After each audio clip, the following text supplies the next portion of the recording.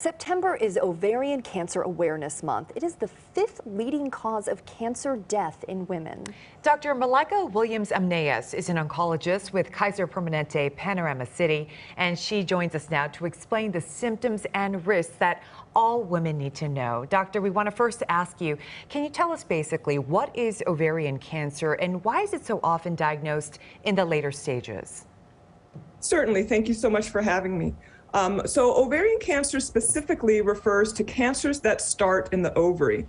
But we also use the term a little bit more generally to refer to cancers that start either in the ovary, the fallopian tube, or the peritoneum, which is a thin lining inside the abdomen.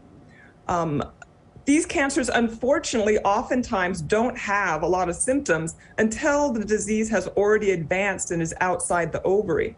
So unfortunately, most people diagnosed with ovarian cancer are diagnosed at later stage 3 or 4. Wow. So it's really important for people to be aware of the potential symptoms of ovarian cancer and aware if they're at increased risk so that we can hopefully find these cancers early or prevent them entirely. And can any woman get ovarian cancer, or is it primarily based on heredity? Yeah, so absolutely anyone who has or ever had ovaries can get an ovarian cancer.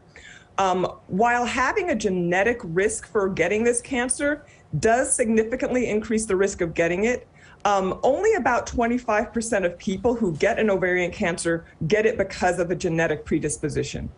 So that means 75% of people who get an ovarian cancer don't have a hereditary reason and have no family history of an ovarian cancer. So it's really important to know if you're at increased risk of having a hereditary cancer. But unfortunately, most people who have ovarian cancer don't have a hereditary risk, and it would not have been found that way.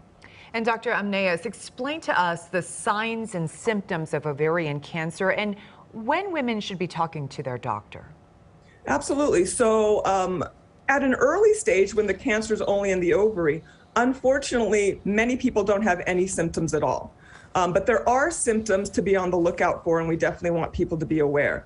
So things like abdominal pain, bloating, having an abdomen that you feel is increasing in size, vague symptoms like having difficulty eating small amounts of food without feeling full, nausea and vomiting, changes in bladder or bowel habits.